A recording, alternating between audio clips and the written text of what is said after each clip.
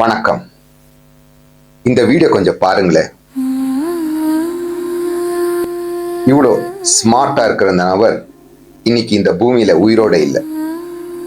இதுக்கு காரணம் ஜனங்க சொல்வது அவருடைய சொந்த மனைவியும் இந்த சட்டமன்றமும் தான். என்ன நடந்தது என்றால், இவருடைய பேர் ரஞ்சிஷ், வயது 38. இவர் கேரளாவில் சேர்ந்தவர். கேரளா மாநிலம் இடுக்கியில் இவர் பிரைவேட் பஸ்ல கண்டக்டராக பணி செய்து கொண்டிருந்தார். 10 ஆண்டுக்கு முன் இவர்களுக்கு திருமணம் ஆகிறது. இவர்களுக்கு ஒரு ஆண் குழந்தையும் பிறக்கிறது. அந்த குழந்தைக்கு 2 வயது இருக்கும்போது ரஞ்சிஷோட மனைவிக்கு கல்ஃப் நாட்டுல கத்தர்ல ஒரு வேலை கிடைக்கிறது. அப்போ ரஞ்சிஷ் முழு சம்மதத்தோட ரஞ்சிஷோட மனைவிக்கு பர்மிஷன் கொடுக்கிறார் வேலைக்கு போக. குழந்தைய நான் பார்த்துக் கொள்ளுகிறேன், நீ வேலைக்கு கத்தருக்கு போகலாம் என்று. ரஞ்சிஷோட மனைவியும் முழு சம்மதத்தோட வேலைக்கு கத்தருக்கு போகிறார். 2 வயசு இருக்கிற ஆண் குழந்தையை ரஞ்சிஷும் ரஞ்சிஷோட தாய் தந்தையும் அந்த குழந்தையை நல்லா வளர்க்கிறார்கள். ரஞ்சிஷ் பஸ் கண்டக்டராக வேலையில் தொடர்கிறார், வேலை செய்கிறார், மகனையும் பார்க்கிறார், மகனையும் படிக்க வைக்கிறார். இந்த நடுவுல ரஞ்சிஷோட மனைவி, கத்தர்ல இருக்கிற மனைவிக்கு வேற ஒரு நபருடன் தொடர்பில் போகிறார். தொடர்பு என்றால் இல்லீகல் ரிலேஷன்ஷிப் என்றும் சொல்வார்கள். ஆனா அந்த மனைவி அங்கே கல்யாணம் ஏதும் பண்ணவில்லை, ஆனால் வேற ஒரு நபருடன் தொடர்பில் இருக்கிறார். இதை தெரிந்ததும் ரஞ்சிஷ் மனமுடைந்து, இருந்தாலும் பரவாயில்லை, என் மகனை நான் பார்த்துக் கொள்ளுகிறேன் என்று மகனுடன் வாழ்ந்து கொண்டு இதே போல் சந்தோஷமாக இருந்த ரஞ்சிஷ்க்கு ஒரு அதிர்ச்சி காத்திருந்தது. 6 ஆண்டுக்கு முன் கத்தரில் வேலைக்கு போன ரஞ்சிஷின் மனைவி வேற நபருடன் தொடர்பில் இருந்து கொண்டே சென்ற ஆண்டு கேரளாவின் கட்டப்பனா என்ற ஃபேமிலி கோர்ட்டில் வந்து ஒரு பெட்டிஷன் போடுகிறார். அதுல வந்து அவர்களுக்கு அவருடைய மகனை திருப்பி கிடைக்க வேண்டுமே, அதாவது ரஞ்சிஷோட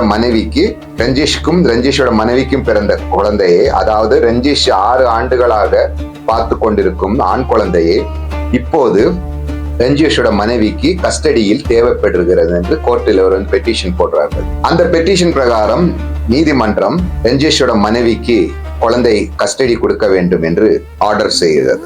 மனசாட்சி பிரகாரம் 6 ஆண்டுகள் ஒரு ஆண் குழந்தையை தந்தை சுமந்து அதை வளர்த்தி அது ஸ்கூலுக்கு அனுப்பி அதை அழகு பார்த்து கொண்டிருந்த அந்த தந்தைக்கு திடீர்னு இந்த ஒரு அதிர்ச்சி தாங்க முடியுமா? குழந்தைய கஸ்டடி கொடுக்க வேண்டும், நீதிமன்றம் சொல்லாச்சு. குழந்தைய கொடுத்த ரஞ்சிஷ் வீட்டுக்கு வந்து பாய்சன் குடித்து இந்த பூமியை விட்ட போக தீர்மானம் எடுத்தார். ஆனாலும் அக்கம் பக்கம் இருக்கிறவர்கள் சேர்ந்து ரஞ்சிஷை ஹாஸ்பிட்டலில் சேர்த்தார்கள். ரஞ்சிஷ் ஹாஸ்பிட்டல்ல சில நாட்கள் இருந்து இறந்து விட்டார். ரஞ்சிஷ் இறந்து விட்டதும் இங்கதான் இன்னொரு சோகம். ரஞ்சிஷோட தாய் தந்தை ரஞ்சிஷோட முன்னாள் மனைவியிடம் போன் செய்து, ரஞ்சிஷ் இறந்து விட்டார், அவனுடைய மகனை கடைசி சடங்குகள் செய்ய கொண்டு வர வேண்டும் என்று. ரஞ்சிஷோட முன்னாள் மனைவி பர்மிஷன் கொடுக்கல, குழந்தையை காட்ட மாட்டேன், கொண்டு வர மாட்டேன் என்று தீர்மானம் எடுத்து விட்டார். அங்கே அவர்கள் ரஞ்சிஷோட பாடியை வைத்துக் கொண்டிருந்தார்கள், கொண்டு வருவார்கள் என்று. ஆனாலும் கொண்டு வரவில்லை. அவர் மீண்டும் நீதிமன்றத்தை அணுகினார்கள். யாரு? ரஞ்சிஷோட தாய் தந்தை.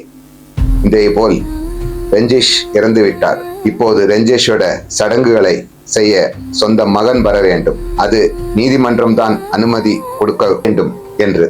அப்போது நீதிமன்றம் 5 மணி நேரத்துக்கு ரஞ்சிஷோட மகனை சடங்குகள் செய்ய அனுமதி கொடுத்தது. ஒரு சொந்த மகனுக்கு அவனுடைய பெற்ற தந்தையின் சடங்கை செய்ய 5 மணி நேரம் தான் அனுமதி கொடுத்தது.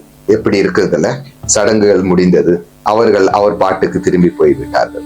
ஆனால் நாம் எல்லாரும் கேட்கும் கேள்வி, ரஞ்சிஷ் 6 வருஷம் அந்த குழந்தையை வளர்த்தினார். ரஞ்சிஷ் இன்னைக்கு இல்லை. ஒரு குழந்தைக்கு தந்தை இல்லை, ரஞ்சிஷோட தாய் தந்தைக்கு அவர் மகன் இல்லை.